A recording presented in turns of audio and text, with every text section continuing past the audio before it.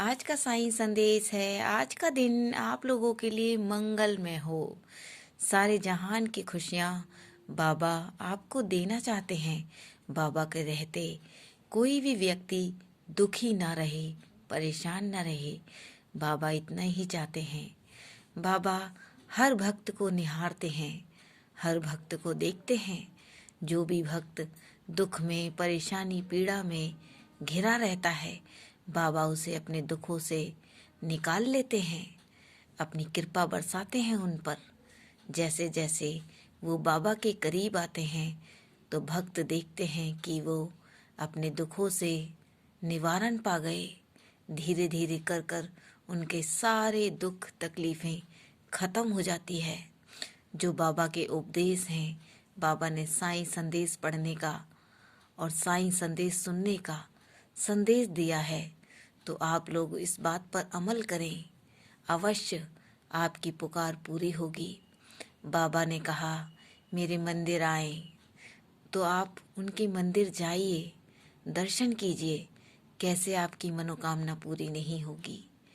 और जब आप वहाँ पर प्रसाद चढ़ाते हैं, गरीब लाचार भिखारियों के ऊपर दया करते हैं, तो बाबा को भी बहुत प्रसन्नता होती है।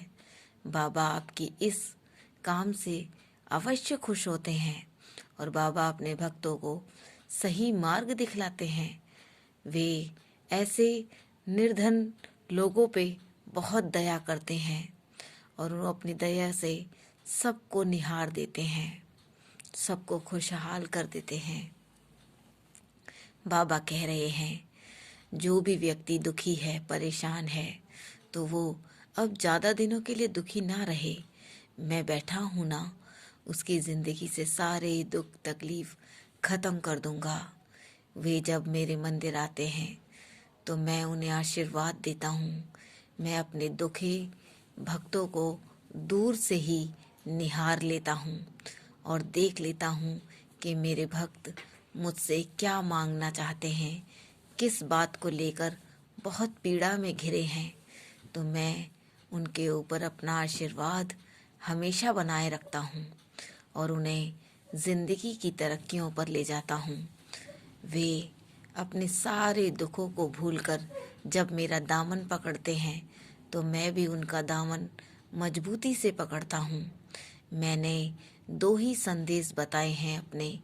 साईं संदेश सुनने से आप लोगों के घर में सुख, शांति, समृद्धि आएगी और जो भी श्रद्धा और सबूरी रखेगा, हर काम उसका पहले से पहले बनता चला जाएगा।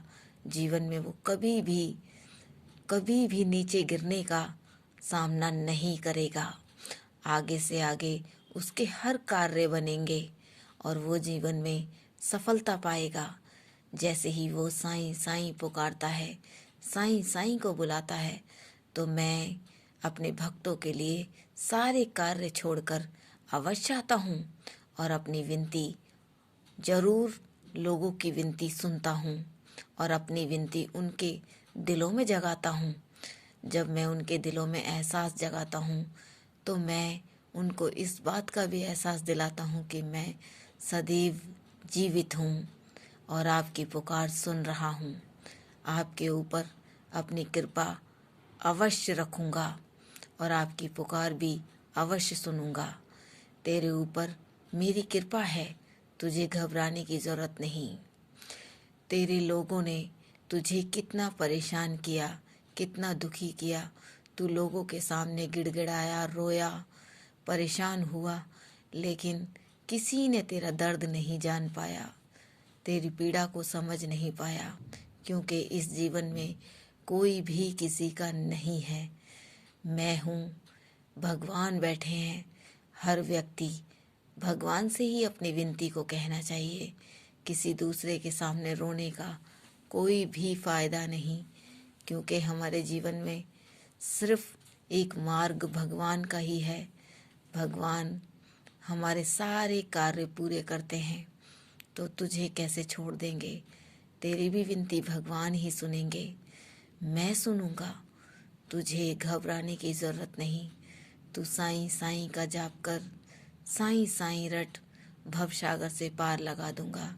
मैं सुनूंगा तेरी सारी पुकार, मैं करूंगा तेरे सारे कार्य पूरे, और मैं अब तेरे ऊपर सदैव आशीर्वाद बनाकर रखूंगा मेरे बच्चे। ओम साईं राम।